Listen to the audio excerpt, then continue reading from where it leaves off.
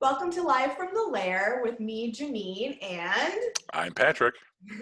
today we're going to be discussing something that's on everyone's minds. The COVID epidemic has kind of taken a back seat to the protests and now turning into the riots from Mr. George Floyd's death.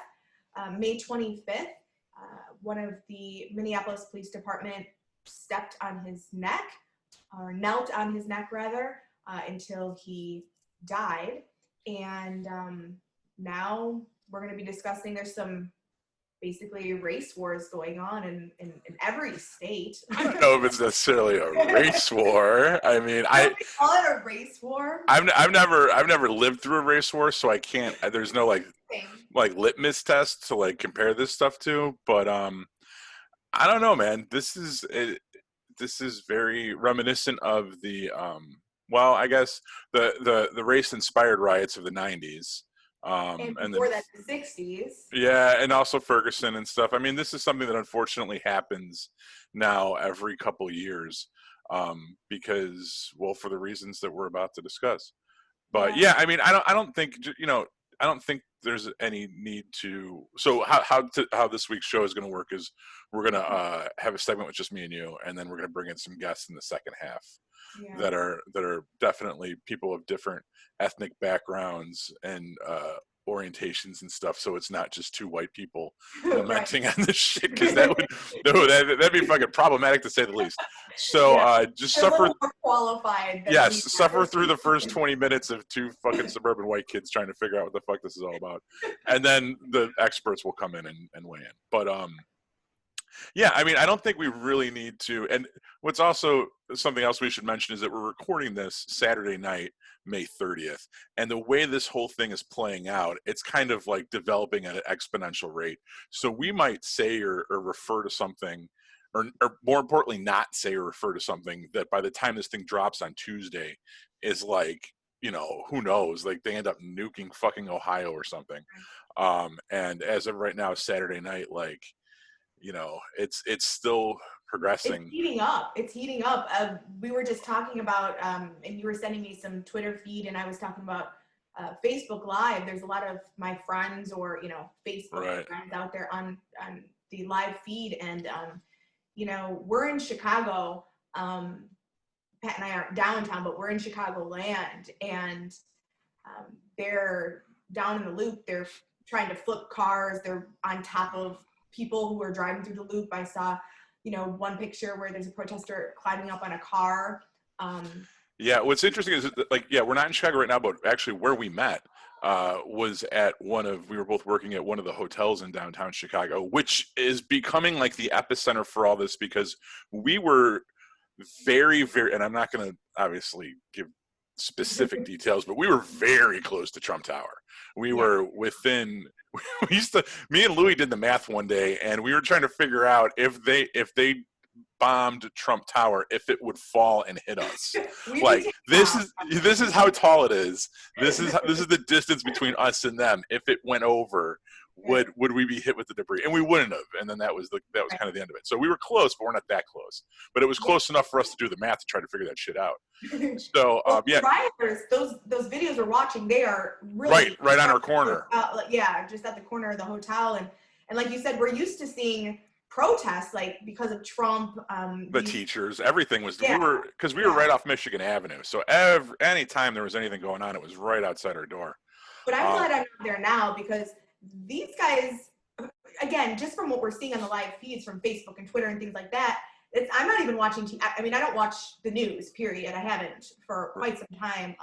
But just from what I'm seeing live, Facebook Live, they're getting violent. And so some of my ex-employees, or while I'm not an employee there anymore, but the people that are left behind, because the hotels aren't open because we're still in the middle of the pandemic. So like the fucking B story to all of this is that, that's still going on. So, but there are people that are at that property overnight still.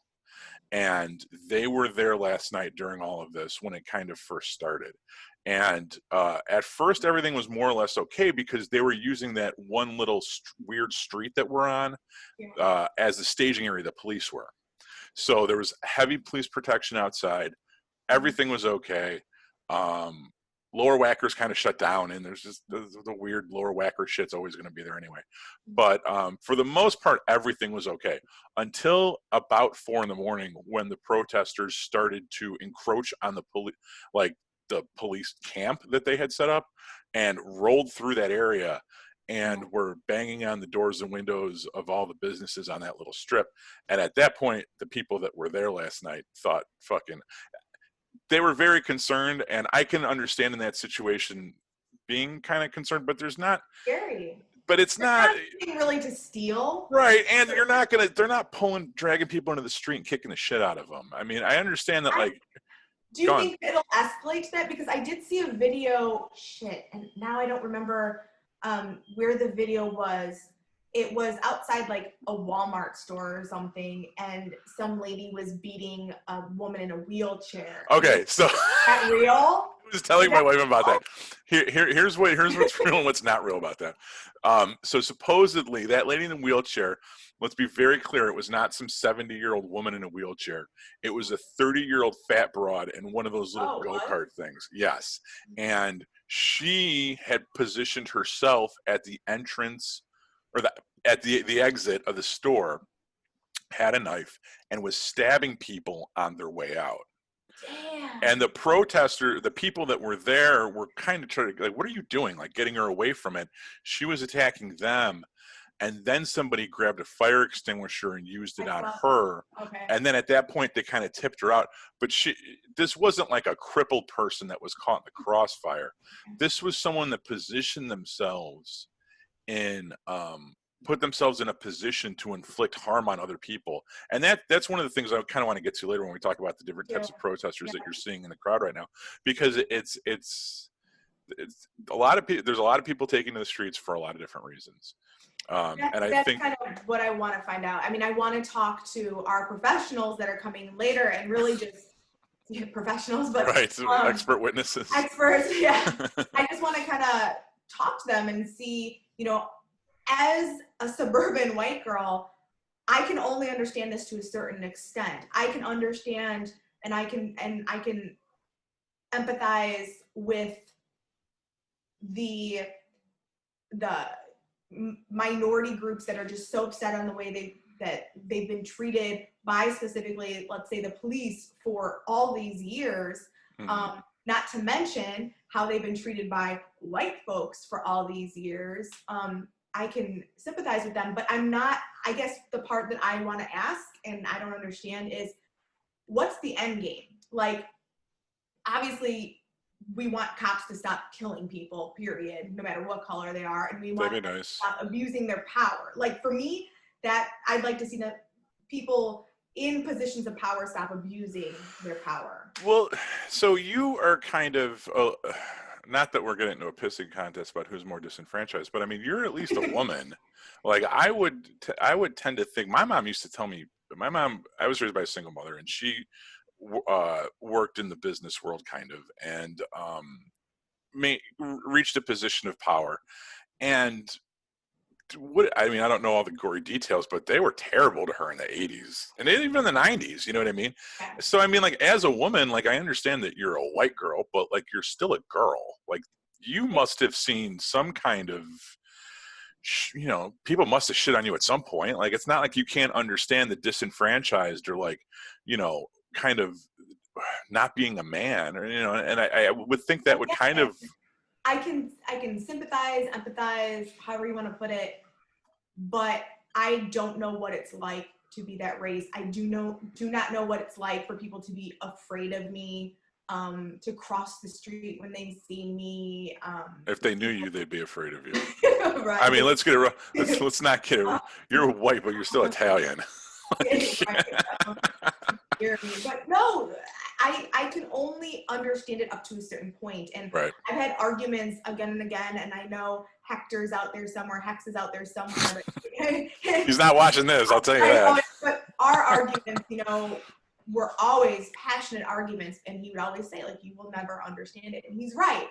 But the only way a white person can understand it is to kind of do things like this and have open discussions with people of color and different cultures and different religions to better understand it. And by no means am I saying that anybody needs to school me. I can read it in the books, absolutely. And believe me, I've researched this case because I knew we were talking about it today. I can research things and I can read in the history books, but I cannot understand it. What can't you understand? The outrage? No, I'm not saying particularly to this case. I'm just saying I can't understand being a Black person. I cannot understand being a Hispanic Right. person. I can not understand those things because I don't have the capabilities, right? Sure, but I mean, you can understand, like, so we're not. I don't want to go through the play-by-play of this case because at this point, you should probably fucking know it. And if you haven't, I will say this: earlier today, I watched an excellent Washington Post on their YouTube channel posted an amazing 7-minute and 45-second video that lays it all out, and there's tons of video and there's tons of corroborating evidence. There's not 1 ounce of conjecture or anything. Washington Post, YouTube. If for some reason you don't know what we're talking about, look at that, because they'll give a way better explanation than we could. But I mean, I think there's no way you can look at that and say that it was even remotely justifiable. Like, it wasn't. Yeah, this particular case that we're talking about. Okay. And I'll get into details once we get everybody in. I'll kind of do the rundown of each of the folks, both George and the police officer, Derek. We'll kind of go over their backgrounds, but 110%, nobody should die before they can even get a court case. Like, there was no reason why he needed to kneel on that dude's neck for so long. When he was asking for help. It wasn't like he was kneeling and talking to somebody and didn't realize, oh shit, he's not breathing anymore. It wasn't even like that. He was telling him, I can't breathe. I'm dying, essentially. So there's no doubt about it whose side I'm on. There's things, though, there's questions, and there's just so much that I don't understand as far as, why are folks out there looting when I understand they want attention, they want to bring attention to this matter, but I can't understand what the end game is. Like, how does pillaging your city help?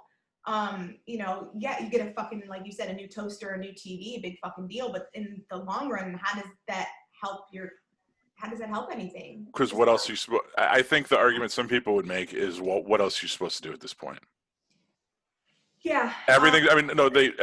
They tried peaceful protesting. Look at all the shit Colin Kaepernick got into for taking a knee, quietly protesting, and that people lost their shit over that. Like, don't you fucking kneel during the national anthem? Like, that was, people were outraged by that.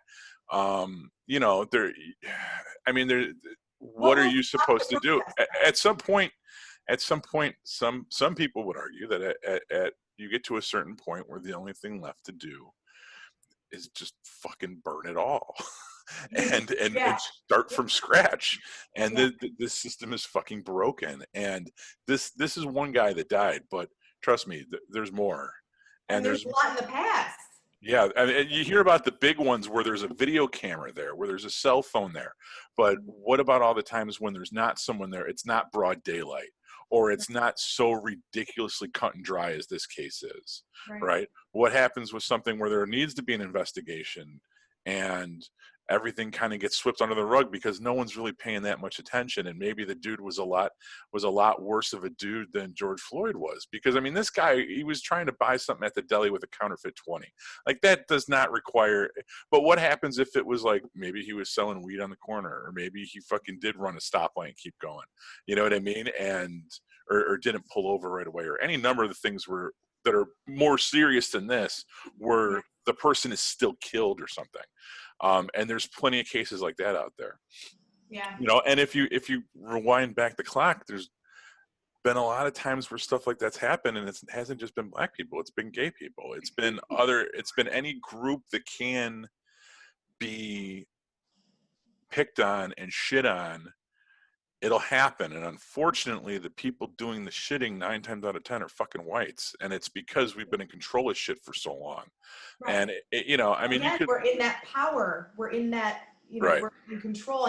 And absolutely, there's others that are getting away with murder that are, you know, of color as well. But it's always these positions of power. And I think well, I think that's an important thing to understand too, is that I don't know if you ever heard of the Stanford prison experiments. There's a pretty good movie that they did about it like 5 years ago. And basically this is something that happened in the 60s where they took like it was some black men, wasn't it? No, it was all white kids. And what they did was, it was this like university in California, I think it was Berkeley or something, and they took like these 30 kids and they said, okay, you 20 are prisoners and you're gonna pretend like you're prisoners, and they built like this fake fucking prison. And then they took these other 10 kids and they said, okay, you 10 are the guards, and you can tell the prisoners what to do, and you can tell them when to sleep, and you get to discipline them, and you get to control them, you can do whatever you want. Now all 30 of these kids were college educated, upper middle class, decent kids from decent backgrounds, college students, right? None of them, I mean, granted, they're all different people, but you know, from what you would think of as up, you know, solid background, solid family lives. And the guards tortured emotionally more than physically, but they still fucked them up a little bit. These kids, their classmates that they were told were supposed to be the prisoners. And the illustration of this experiment is that power always corrupts, and when you put people in power, something happens to them, and some of those people will abuse that power and shit on other people. And it's just something fucking broken with the way that humans work. And maybe you can rewind it and say, well, it's a byproduct of our culture, and I don't know, we'll get to that. But like, so this is something that like happens with people. And there's plenty, you know, you look at those 4 cops that participated in that guy's death, one of them is fucking Asian, right? And I understand, I'm not saying, but like, he didn't stop, he didn't say anything. He was the guy's partner, and he was instrumental in keeping the crowd back, and was, you know, go the fuck over there, don't worry about it. And so it's not necessary, I don't think it's like genetically inbred into white people. I think it's something about our culture, it's something about our species, where this is just something we fucking do, right? And I don't know how you get around that, you know. Yeah, again, there's just so many questions, because now that you're saying that, then the rioting and things, what would be the answer? Like, what do people want? Because if it's, they don't want to be controlled anymore. So then we get rid of the police force and everything's martial law. I mean, people want something out of all this. And I understand that they want the police to stop the brutality and stop the killing. But is there a law you put into place? Is there something? I mean, I can't understand what the end game is. So let's go ahead and go to our next segment. We'll bring everyone in, and maybe our friends can tell us what exactly would be the right answer, how we do solve this. All right, sounds like a plan. Thanks.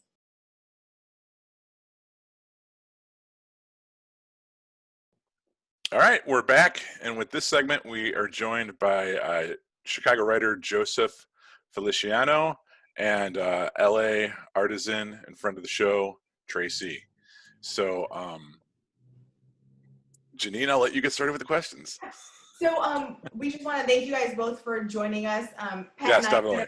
Pat and I kind of mentioned in the last segment that it would be nice to bring some people that aren't just us 2 white people to kind of go ahead and give us their input on the situation. We were talking before this segment all together about kind of what's going on in our area. Joe is actually in downtown Chicago, albeit on the north side, but he's a little closer to the action than Pat and I are. And then Tracy's in downtown LA. So I'll go ahead and I'll pass it to Joe first. If you would just kind of give us maybe your take on everything. How, you know, is this shocking to you? Whose side are you on? Are you on the cop side? Are you on, you know, George's side? So go ahead and take it over and tell us your thoughts on the subject. It's absolutely not shocking, and it's shocking at the same time. Um, and that's really, you know, an easy sum up of something that's much more complicated than that. Definitely on the victim side, I mean, hands down, there's so many people, you know, I've always been, you know, I can't say like against the cops. I mean, you know, Pat could probably say that he heard me talk shit about cops before in the past and things like that. And I'm, you know, was raised to kind of not trust police and those types of things. But even people who normally were backing cops, not all of them, but a lot of them are even now posting outrage and saying that this, you know, this isn't right and there's something wrong with this. You know, the normal people on my timeline, the older generation, I guess you could say, the ones that would always say, you know, don't break the law and don't, you know, then, you know, don't get shot, you know, they are now outraged. And it took years and a long time, but from where I stand in things, of course, you know, I'm on the victim side, and there's nothing that, you know, the victim could have done in my eyes that would have warranted that outside of him, like, you know, in the act of threat of successfully threatening somebody's life. There is no reason to, you know, restrain somebody like that. So definitely on the victim side. Did you see the video? I did. I did watch the video. And the thing is about that, though, is that my opinion could be biased because I only watched it in splices where I normally can stomach things like this. I couldn't stomach this. This isn't like something that's being edited. It's completely indefensible. There's no like, oh, but if you saw what led it, no. Like, yeah, fucking kill the guy, you know. Tracy, let's get your take on things. You're over there in LA. Tell us, you know, what's going on and what you thought when you saw what happened on Monday. Yeah, I mean, first off, rest in peace to George Floyd. You know, it's funny how Joseph said, like, you know, he couldn't stomach like watching that whole thing, and you know, for a black man to be in, you know, America, like we see this every day.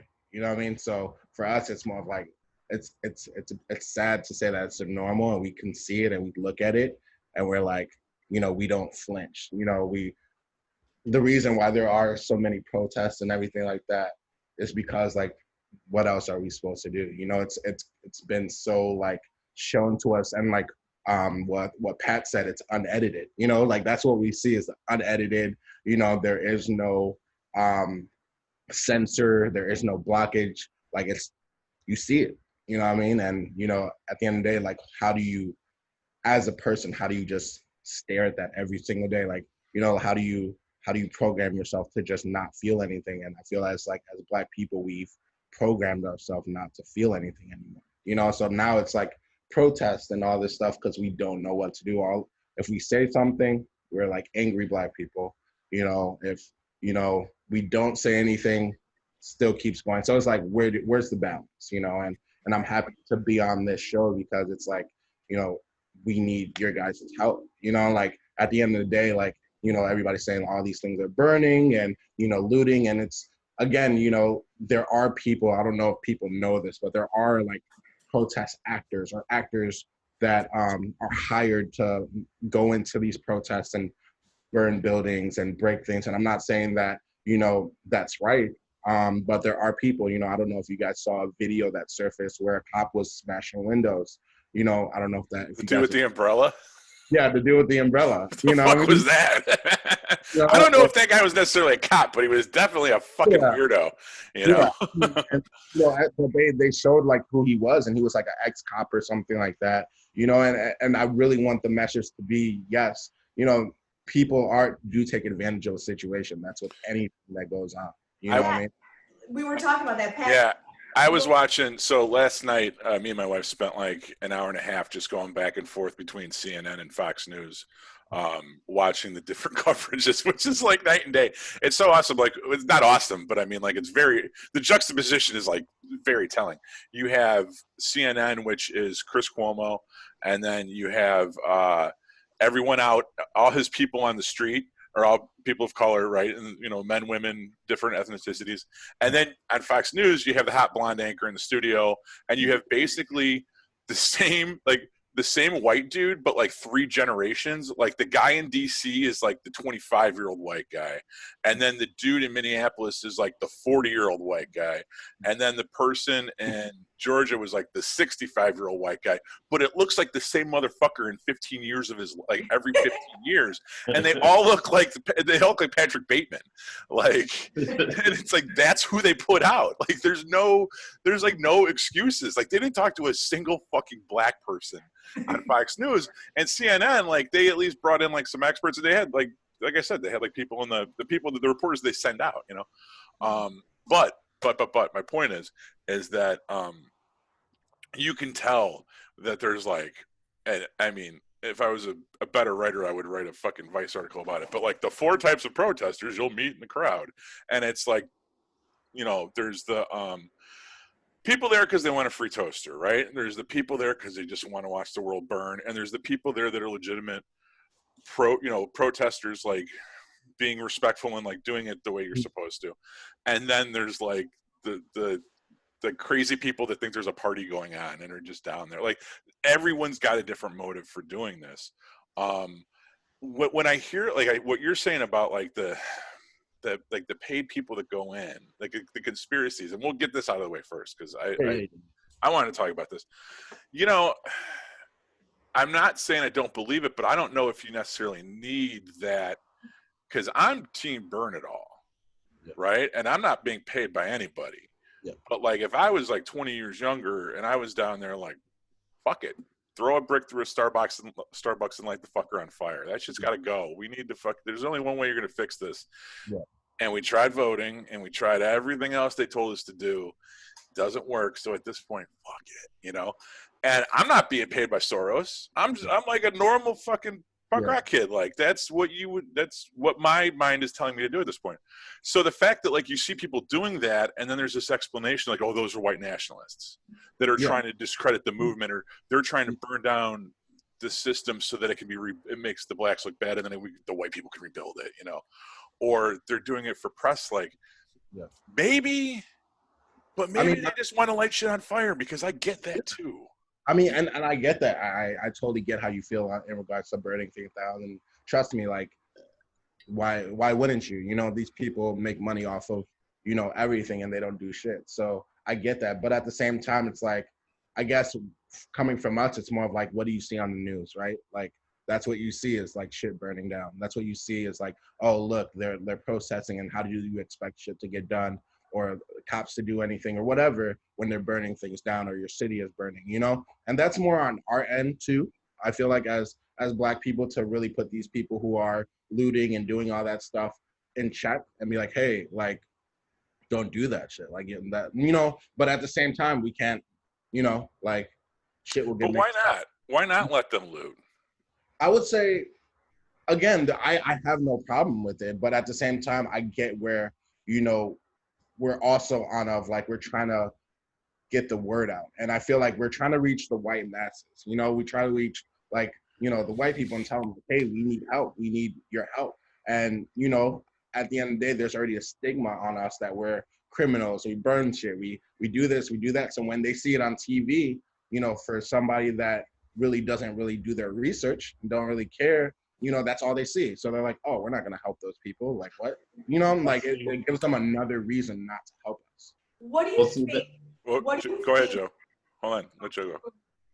Well, I was going to say, that brings up another question, though, is basically, do you, like, when it comes to winning people over, there's one thing I've learned in my life is that most people will never change their minds. I mean, it's good that, like, you know, the old crowd on my Facebook feeds and everything are finally, you know, no longer turning a blind eye to this. And I mean, they're barely just, you know, now noticing this and recognizing that it's an issue. But I have learned that the key to happiness, especially if you're trolling online randomly or just, you know, just talking in general or just trying to support your own cause, is to not really necessarily try to win people over from the other side, because generally their minds have been made up. And the more you try to convince them otherwise, the more the angrier they're going to get, and the more they're just going to see you as the enemy. But instead of focusing your energy and your attention on the opposite side and trying to change their minds, enlivening your side, getting your people off their asses to actually do something. That helps a lot in the long way going into like the whole, voting process. I don't know where everybody stands, but like if the Democrats want to win this Voting election, don't work. Fuck yeah, it. Set they shit got on to get fire. off their asses. We tried voting. We've tried voting for a long fucking time. That's But you know what I what I mean, love though? when you Like, have like Killer Mike be like, go home, don't do this, vote. Like, fuck you, but dude. you know, No, burn this shit you know down. what I mean, though? Voting Like, does not work. but you know what I mean, though? Like, we're never going to win over, like, Kentucky. We're not going to walk into Paducah and say, hey, vote blue. So let's get everybody off their ass in the city to go vote, because we know that's not happening. Even Then though it's let the racist people move to Kentucky. yeah, I mean, so. my response to that, and again, I hear you, but at the same time, there's a thing, and I get that, as black people, we need to empower each other. We need to shop our own.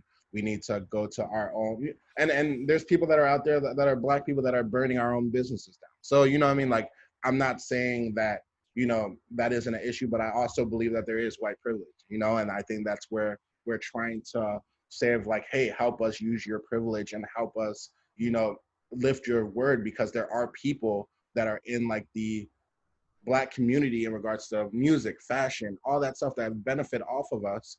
And when we need them, they're not there. You know what I mean? So I think that that's where, as we're not really trying to be like, hey, please help us, save us, to the white people. We're like, hey, you guys make money off of us. If you turn on the TV, if you listen to a song, if whatever, it's black influence. Like we have some type of influence in that. So it's like, if you can make money off us, McDonald's and all these people, like, why can't you help us? You know what I mean? So I don't think it's more of like pleading them to get your approval. It's like, hey, you guys have a certain privilege that we don't have, and that's a privilege to like be heard.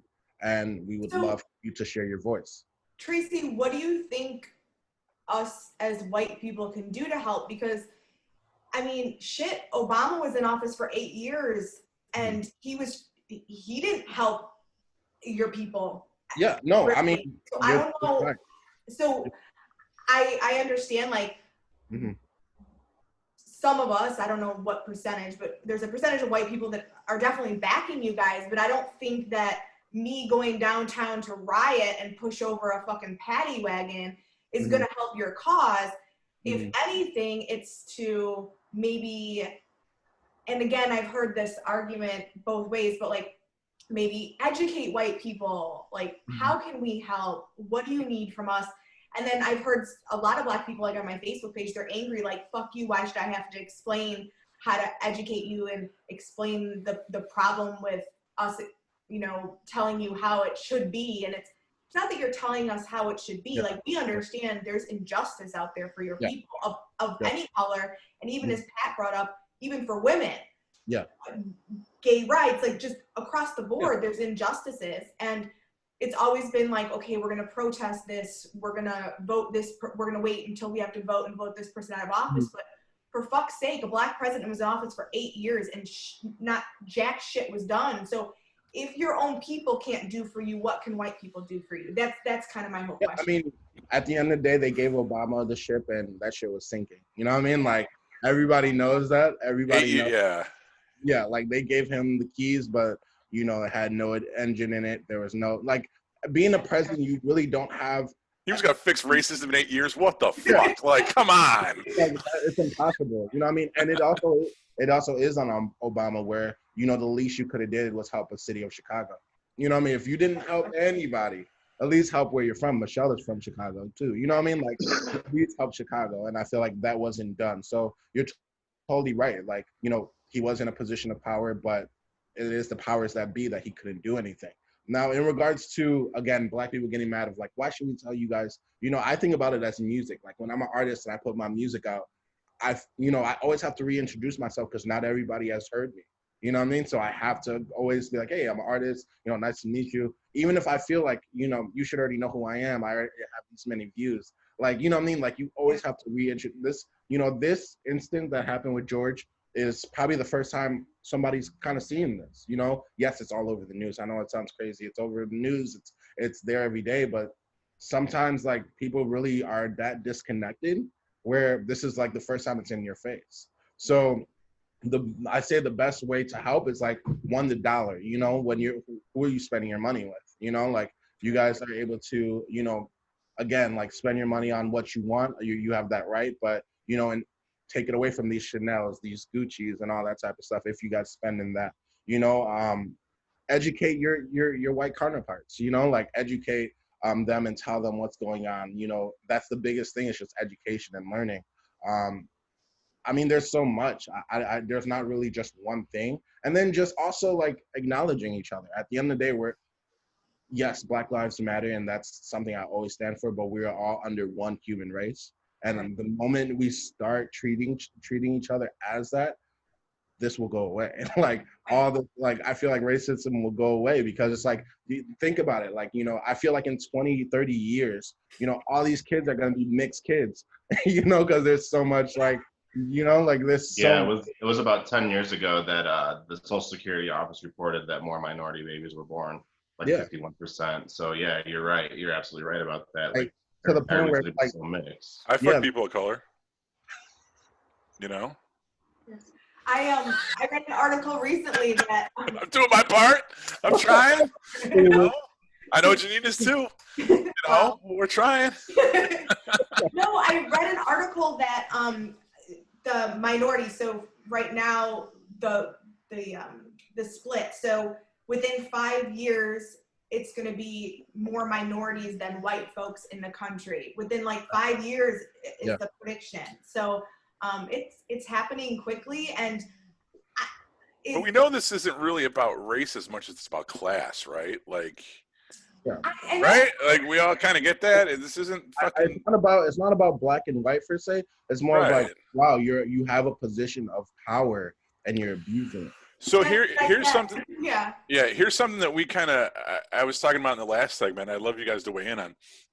So are you guys familiar with like the Stanford prisoner experiment, where like they took the college kids? Yeah. So like, is this something that's just always going to exist in society? Forget it, because you see cops of color that don't necessarily conduct themselves in the most becoming way either. So is this just something that happens when you put a badge on somebody as they become a fucking jagoff? And if that's the case, then how do we fix that? How do we put it so that nobody's in power? Because I don't necessarily think that like the white people are evil because they're white. I don't think you guys think that either. I'm just saying, like, I think it has to do with like the power structure. But how do we come up with a power structure that doesn't have anybody in power?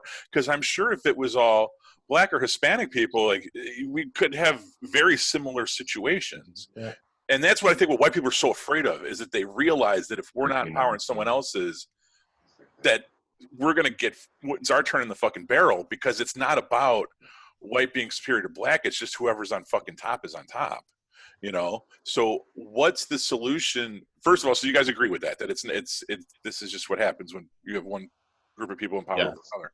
So really, what's the solution as far as like, that's why I'm kind of more in favor of this looting and like destruction, is because it seems to me that it's not about voting someone else into the same situation.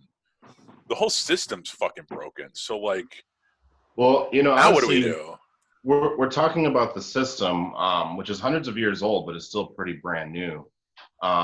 When I think about it, you know, I hate to be nihilistic, but I go back to Neanderthals. Most likely what happened to Neanderthals is that our ancestors wiped them out of existence just because they felt superior, they were better to them, or they were better hunters and gatherers than they were. The older I get, the more I honestly think there is no solution to that. I honestly think that like it is so ingrained to our nature to be just better, to have better for yourself and not everybody else, that I don't know if we can, you know, get out of that at this point. I think we're too far down that hole. Yeah, I mean, I think you're right though, because like, again, like what we were talking about voting and everything, it's like a mind fuck, because it's like the only way we can get these people out is by voting, but if voting doesn't work, what do? You know what I mean? So it's like, you know, elections have become problematic. Yeah, and I feel like that's the biggest thing. And it's like, and again, you're right. It's not about like race, because I have a lot of white friends. I have a lot of friends of different races that support me more than my Black friends. I'm dead serious. Like, so it's not about that. It's more of like, one, it's all about perception of what we see. And a majority of what we see right now is white people killing Black people. And that's like just what we see. That's just out point blank. So there's no way to hide that. So in everybody's head, that's like, it's all fuck white people, because they're all all, if that's all, just like how people see black people as, you know, all these things, or Mexicans, all these things, like they just automatically group it. That's just our human nature, and that's not about race. That's just something we just got to get the fuck out of, and really like really you know, talk to us about ourselves and really know that it's not about race. But at the same time, it's more of like, yeah, how do you fix that system? How do you, like, what do you do? You know what I mean? And is it looting? Maybe, you know, but after looting, what happens? You know, like they rebuild it. They already have billions of dollars. They just rebuild that place and it's back to normal. Like, what is the next step? You know what I mean? Like, we've been protesting for years, you know what I mean? And it's still the same shit. So it's like, do we wait 20 years from now when everybody's just mixed and it's a whole minority, you know, America? Like, is that what we do? Or That's what they said in Bulworth. I don't know. yeah, you know, what do Hey, we do? real quick, not to change the subject, but Pat and Jeanine, did you guys just get the push notification? Chicago on curfew, 9 p.m. to 6 a.m. Well, right before we came onto this segment, I saw that there was. I did not. Lightfoot was trying to enforce that. So Yeah, it just came through on my phone. The shit's heating up downtown right now. So my question is, what's the difference? And again, this is, you guys have to educate your white friend here, but why is it, why aren't we as outraged when it's gang violence, or like, why aren't we rioting and doing stuff like that when stuff like that's happening in our neighborhoods? Or when there's, you know, what was the name of that what was the name of the gay guy that was like pulled through? Wasn't he like pulled behind like a truck or something to his death? What was his name? They just had the anniversary of his death not too long ago. But why isn't there outrage? Yes, thank you. Why isn't there outrage and riots with that? Or am I missing that? Has there been? So, Go ahead, guys. all right, I was gonna say, just real quick on the gay end of that, Matthew Shepard was our first time that came out to light. It was our first time that it was, you know, a huge thing. And the problem was that this had been happening to transgender Puerto Ricans, Mexicans, Black people, gay people for a long time, but it was the first time that it actually happened to a rich white kid who looked like he could be anybody's son.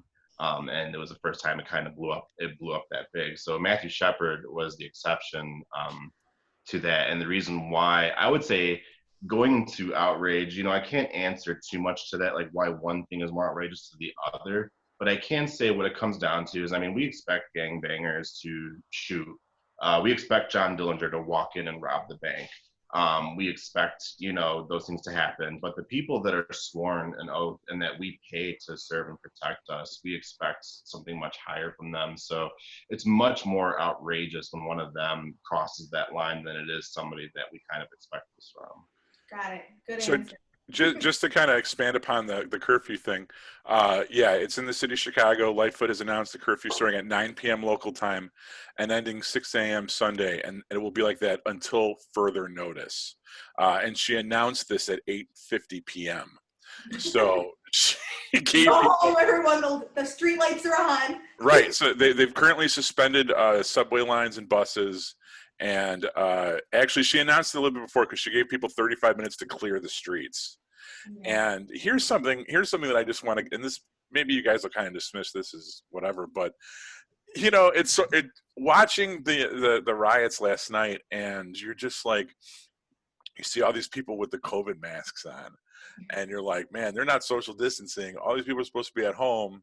Now they're out doing this, and now it's like, and I don't think that this was any way orchestrated because the lockdown wasn't really working, right? But isn't it funny that now in the two biggest stories that our country has gone through in succession, almost right on top of each other, that the government response, that the people in power's response has been stay at home, don't go in the streets, stay at home,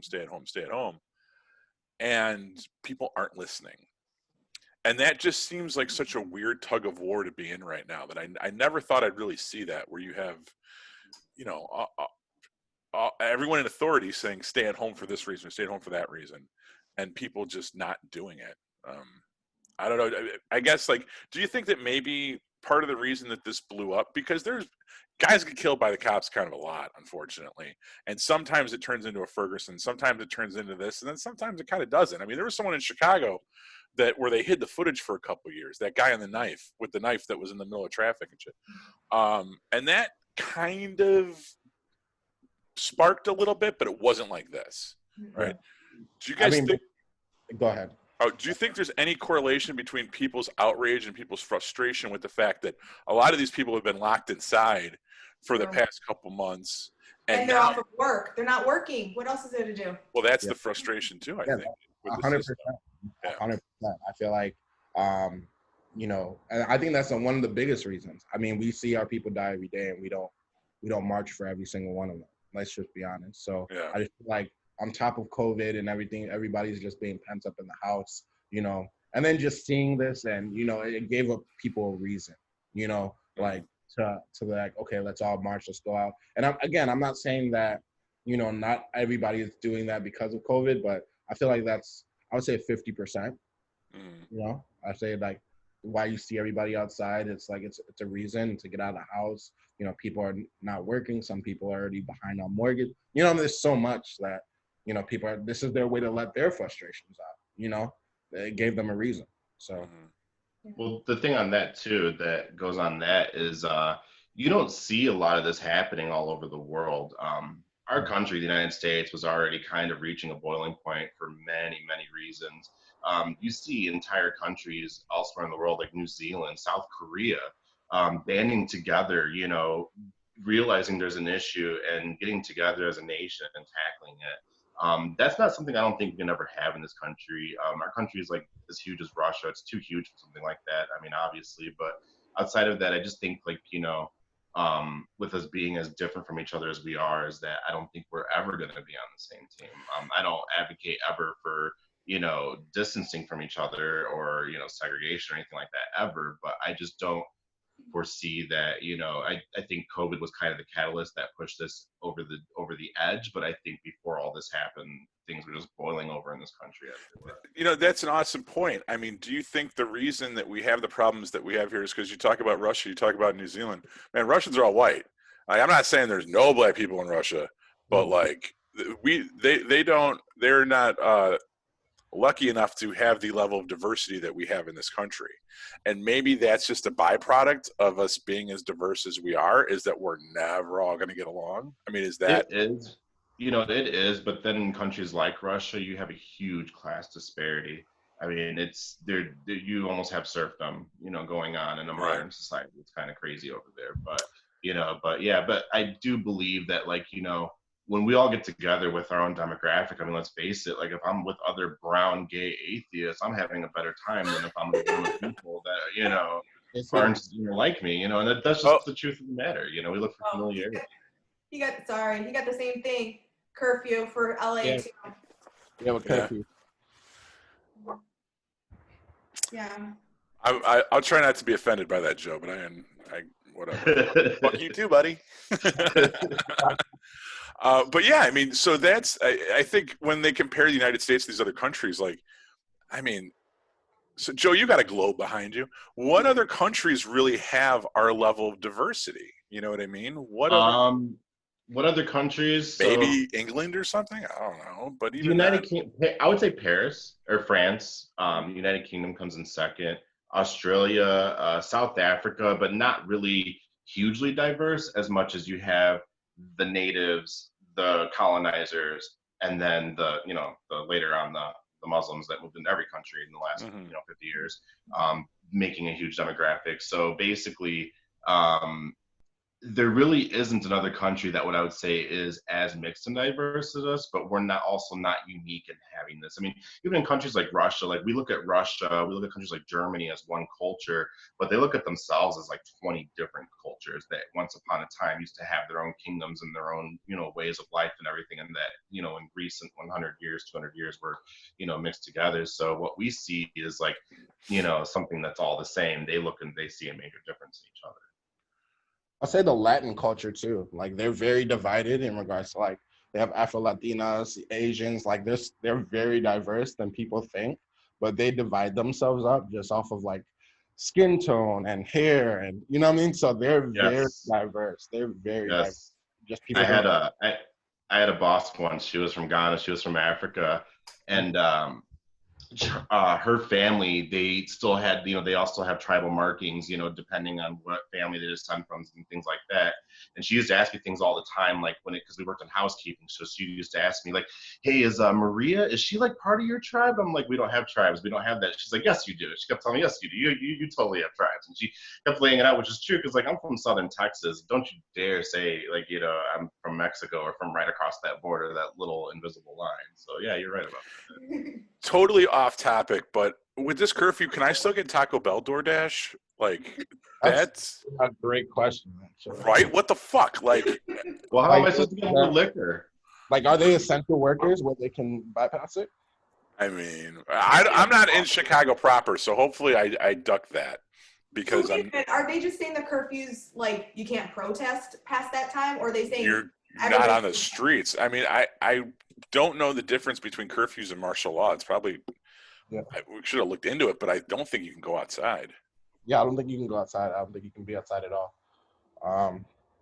But I mean, I don't think anybody's gonna abide by that. It's already 7:14, so and they want everybody in the house by 8 o'clock.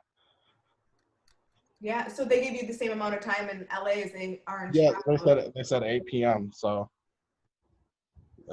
everybody's downtown right now protesting. So I don't know unless they just push everybody out. They probably mostly put it too because all the cops are probably like focused on that one area, whereas up here I haven't heard a siren in the past hour, so we could probably go rob the bank down the street right now without getting Hey man, I'll be up there on Monday. We'll figure some shit out. I actually my neighbor's a Cook County Sheriff Police, and yesterday he was out in the yard and he was getting his riot gear ready, and I'm like, no, they're not gonna riot, like no. And he's like, no, like we're getting he was like shining up his gear, like ready to go.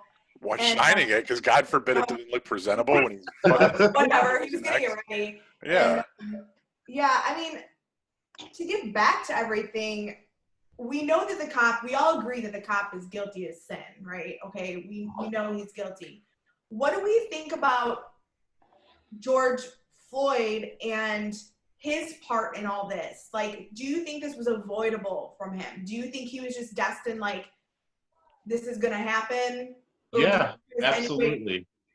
I 100% believe he could have avoided it, but at what point do you draw the line, though? You know what I mean? Like, I fear for my life, so I'm kind of a bitch like that. I probably am not going to go out and start shit with cops or anybody with guns, but, at what point do you say, no, I'm sick of this, and, I'm not going to go along with it anymore. So, even if, I'm not going to say, at all that he was guilty for anything that he did, but he probably could have stopped it. He could have, just laid there lifelessly and not did anything. But how many times has he laid down and done that in his life? And this is probably the time where he had enough, My devil's advocate, and Tracy, I want you to weigh in on this, and you're a black man, you can tell me. His background was, he was a career criminal. Like, his rap sheet was from like the early 90s. Mm-hmm. So supposedly when he moved from Texas to Minneapolis, he had turned a new leaf and he was trying to, start his life over again. Mm-hmm. But he used this counterfeit bill, which is such a small crime compared to all of his past. I mean, he has theft, breaking and entering, assault with weapons. Like, he had a really bad past. Mm-hmm. Do you think, like, if he did commit this crime, if he didn't take that bill, things would have been different? So do you think he put himself, again, I don't want to phrase it wrong, but he kind of, he didn't have to use a counterfeit bill, and he never would have been placed with those cops in the first place. My question to you is, how many times have you guys received a counterfeit bill? You know what I mean? I worked at a place at the hotel. I worked at the Marriott. And remember how people would pay with cash? And like some of that shit would be counterfeit, but you wouldn't know whether you're just in a hurry to check people in. You gotta use a little pen. I never had to use it.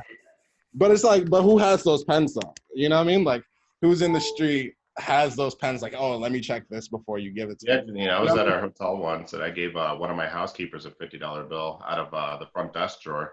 Mm-hmm. And she went to Subway to use it, and it was counterfeit. Yeah. Whoa. So it's like, how do you know, like, if he just, he didn't just receive that, you know what I mean? Like, Yeah. that's one thing. Two, it's like, it's a counterfeit bill. Like, why I don't know. I've been, I had one time where I went to the store and it was a fake bill. I didn't have like the cops, thank God, called on me or anything. They were like, hey, there's a fake bill. And I was like, oh, really? And I'm like, what issues? And then again, it's more of like you said, like if he just laid there, maybe he was just laying there. I mean, you saw the video. He was just literally saying, I can't breathe. The police are there to,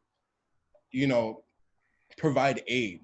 You know what I mean? Provide aid. That's their job. It's the last thing you ever want to do as a police officer is kill anybody. Your job is to make sure everybody You is would safe. hope.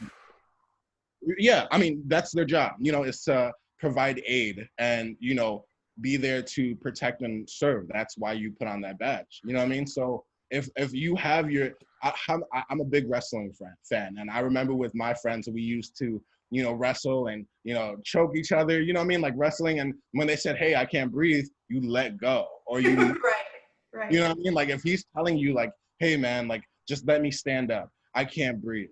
You know what I mean? Like my body hurts. You know what I mean? My neck hurts. Like at one point, and you see the man, the officer, have his hands in his pockets, applying more pressure. You know what I mean? Like if he was really that big of a threat, you'd think that he would just be casually like just hands in pocket. Right. You do that to apply more pressure, and so he thought nobody would see it. So it's like, yes, he may have a large rap sheet. Yes, he has a counterfeit bill, and that's what we'll look at. If that, when that information comes out, people are like, oh, well, he was a criminal anyway, so he deserved it. Well, he still should have had his day in court, and that's not an offense even remotely punishable by death. I think when I hear, and Jeanine, trust me, you're not the only person to bring up that argument when stuff like this happens. But I guess my question to you would be like, what the fuck does it matter? Like, that wasn't really my question about him being a criminal. It was more like to what Joe was saying. Joe's like, I'm a pussy. I stay away, right?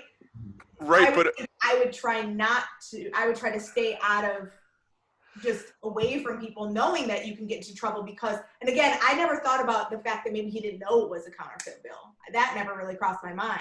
Right. I'm thinking, okay, he intentionally is trying to fool everyone, and again, a $20 bill, big fucking deal. But right.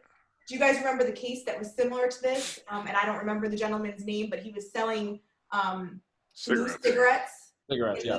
He had the same thing. So that's illegal. The cops came in. And the fact of the matter is that the cops are abusing their power and they're using excessive force. Mm-hmm. My thing is where the fuck were his colleagues? Why aren't they talking him down and saying, dude, you're dialed up way past 10. You need to calm down. This guy's telling me you can't breathe. Why don't you stand over there? I'm going to take over from here. I kind of feel like... Well, go ahead. Sorry.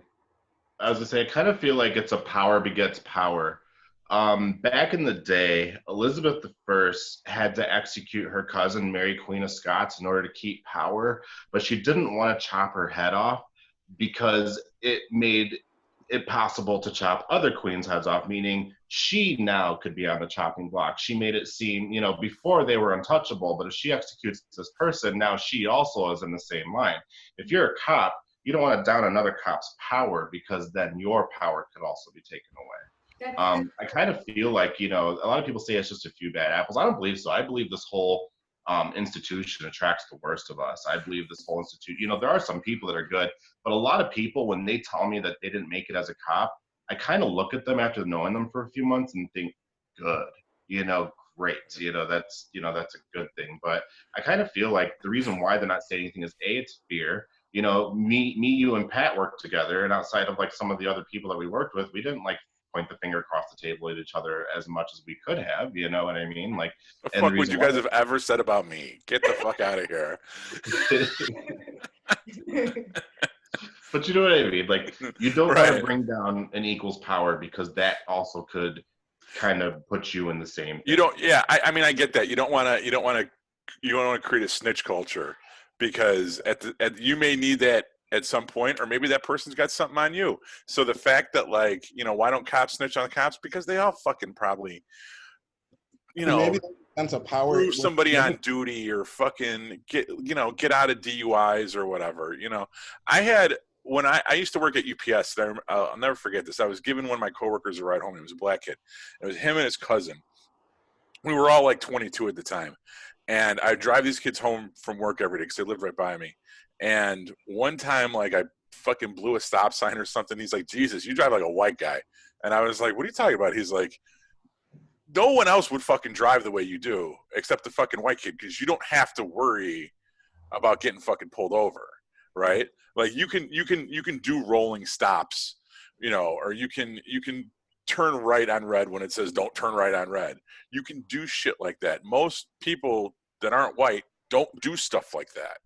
And when I think about all the times that I have gotten pulled over and been like, hey man, you know, because I was drunk or because I had shit in the car or whatever, like, you know how many times I got out of fucking tickets?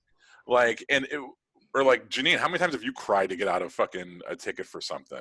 I've never cried. Oh, come the fuck out.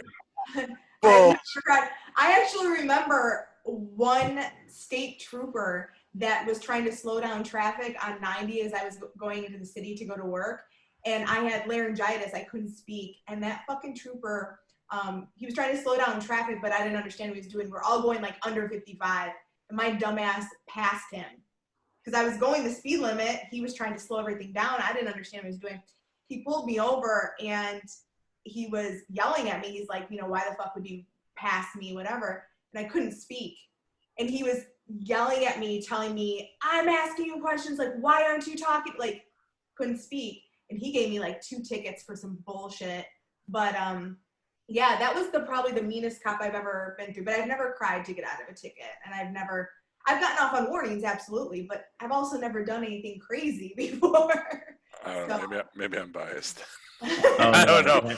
But I should have been. I mean, honestly, if I had to live by the same rule, and this sounds terrible to fucking say, but if I had to live by the same rules that like a lot of other people have to live by, like you wouldn't be talking to me right now. You know what I mean? Like I am extremely lucky that I've gotten away with the shit I've gotten away with and gotten let go, and other people don't have that luxury. And I can at least fucking acknowledge that. You know what I mean? And so why do people like to be like, oh, well, if you didn't do anything wrong, like, okay, maybe you're one of these people that doesn't do anything wrong, but I do wrong shit all the time. I get it. Like, you fucking cut the rules. You do what you want to do. You speed. You blow stop signs. You fucking sell loose cigarettes. You know what I mean? Maybe you work at a nightclub and you buy a sandwich with a $20 bill that that they paid you out with the night before, and you don't know that it's counterfeit. You know? Speaking about that, they both worked at I know. Yeah, so it's like that's so fucking bizarre. He may have got tipped a $10 bill or whatever, and it was fake. You know what I mean? So it's like, and the fact that they have that pre-existing relationship, I can't wait to see what comes out of that, because that means that maybe this whole thing was it's premeditated fucking murder. You know what I mean? It might have relationship though. They maintained that they didn't know each other and that they were. Who maintained it? The dead guy? He ain't say shit. The owner of the bar. The owner of the bar said, so basically she contracts out security and cops, you know, and they do that stuff on the side all the time. And she said she would sometimes have like 12 security bouncers, whatever you call them there. She said that they didn't necessarily know each other. There's no proof that they were. That she knows of. The only thing I know is that their schedules did overlap. That's the most that I read, was that they worked at the same place at the same time. They were on shifts. They might not have. One might have been working the door, and one might have been working the bathroom. But like, they were both in the same club at the same time working. Well, it's also possible to work with somebody and not even recognize them. Like, you don't know how many times, like, because I worked in hotels in small towns, where Right. I'd leave my job after seeing somebody for 7 hours, and I'd go to the only grocery store in 20 miles, and I'm like looking at this lady like, who the hell is that? I'm like, oh wait, I've worked with her for 2 years now. She's just not wearing a uniform. That's very easy, that's very easy too. Now, I want to know. I forgot to do this, but my friends that have been protesting have been calling me, so I don't know if they need to get picked up or whatever that would be. So I feel bad for hopping off, but I do need to hop off so I can see what the heck they need. That's okay. Go take care of them. We'll talk to you soon. Thanks for being part of it. Thank you guys for having me on. Have a blessed day. Stay safe. See you, dude. Thank you guys. Bye. So my question was, and I kind of wanted Tracy to be part of it, but my question was, is what happened racist, or is it just a man killing a man? That we don't know. Do you think we ever will know? Like, no, I don't. I think there's a lot of things we won't ever know. We'll never know what what really happened. I mean, recently in an entirely different story, in Roe v. Wade, the Supreme Court decision on abortion, the conservative side on her deathbed just recently said that she was paid off, to say that, to go against abortion. But we don't know if that's the truth. The only people that really know what fully happened in history are the people that lived it and that were there. So we can't say. That's the thing, and I actually got pretty much like white girl shamed on Facebook the other day about how I said, it's really about a man killing another man. It's about a cop killing a man, an abuse of power. I feel like the media sensationalizes things, which we all know they do because we all just lived through a pandemic. But, it's really cop kills man, not white cop kills black man. And I understand it's important details, but it's not the only detail. It's literally a man in power, a police officer killed somebody because he was, too full of adrenaline or having a bad day or whatever the reason may be. I don't know. I think it's just we're outraged that somebody killed somebody else. I think, first of all, the race being brought into it in this situation doesn't bother me. I don't think we know necessarily what was going on in that cop's heart. If it was like, yeah, fuck this brown dude, or if it was like, I don't think he was reacting out of fear. You know what I mean? That's not what I see. I don't think he was fearing for his life, and he was ill-trained, as you sometimes hear, that like they panicked and did something. I think what he did was kind of deliberate. And you're right, it was more about power. Now, whether or not he was exercising that power to such an extent because of race and because it was like, fuck this guy, or fuck this guy that I know, that I don't like, that I've worked with for so long. You know what I mean? We really don't know what's going on in that guy's heart. But, and hopefully he'll have his day in court and be able to explain his actions, unlike the dead guy, George Floyd, who will never have his day in court because of the fact that he got kneed on for 8 minutes. So like, but the fact that race gets brought into that, I don't think that it's necessarily the media trying to whip everyone into a frenzy. I think that, no, a white cop killed a black guy, and race is fair game in this. And we don't know if you look at what happened in Michigan with the protesters storming the state capitol that were armed, and the fact that the cops just kind of stood there and didn't, because they didn't really perceive a threat. But there's something about a black man coming at you that's perceived as a threat that's way more threatening than a white man coming at you. And maybe that's so ingrained in us that we don't even see it, but I don't think that it's wrong to acknowledge it. And that's actually one of the biggest problems with this. Like, something that I've been arguing for years with people is that, like, I'm not like, if I see a skinhead, I'm not bothered because I know they're a skinhead. I know what their beliefs are on their, are written all over their shirts, so keep your distance, whatever. But the most harmful parts of inequality are the parts that go unnoticed, that, like Pat just said, people who don't know that they view a black person standing there as more harmful as a white person holding an AR-15. Like, people who don't know, and that those people are the most harmful because they don't even realize that the decisions that they make, how effective and impactful those are to the people around them. Like, when I worked in Wisconsin at those hotels, I'd get weird questions all the time, like, hey, can you ask one of your male stripper friends to, do my daughter's bachelorette party? I'm like, I don't know male stripper friends. They'd look at me like, what's wrong with you, you sexual deviant? You're the gay guy here. Like, the thing is that I used to try to, that's how me and Joe met. I tried to buy meth off him. And he I don't sell meth. I'm like, you don't have 18? The thing that goes to that is that these people make these decisions, and we can laugh about it, because I think it's funny that she really thought that I knew male strippers, that it's funny, but But, had she been my boss, she could have looked over me for a promotion.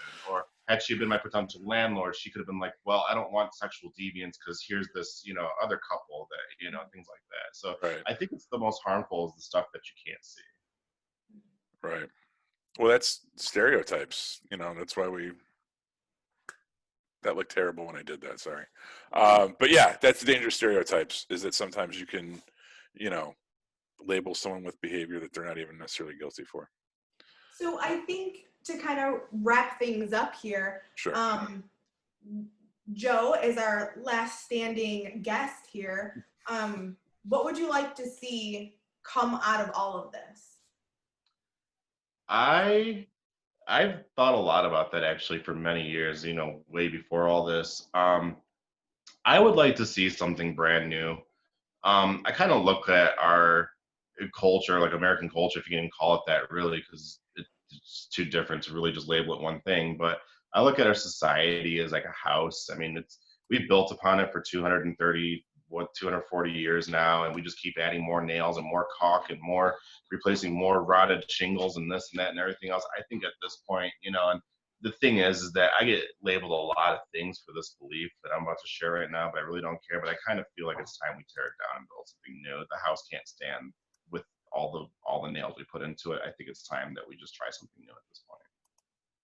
And what could we? I mean, how do you even build a section foundation? Off the country. Right? Section off the country. Let the South rise again. I mean, fuck Alabama. Let them go. Like, just go, like, do it. Like, we're too big. We don't need to be this. We don't need an empire. We're too big. Let's section off the country. There's different people all over the place. Let's just section it all off and be done with it already. Jeanine, I absolutely agree with Joe, but think about when we were talking about all the COVID-19 stuff and states' rights, right? And the fact that states' rights are different than federal right. The state laws and federal laws are two different things. It's why weed is legal in some places and illegal in others. And you should be able to decide whether or not you want to live in a state where weed is legal versus where weed isn't, or where there's a shelter in place order or where there isn't, or where the restaurants are open or where they're not, right? Like these states are, I think what Joe's saying is like, yeah, I don't know if there necessarily has to be a North versus a South again,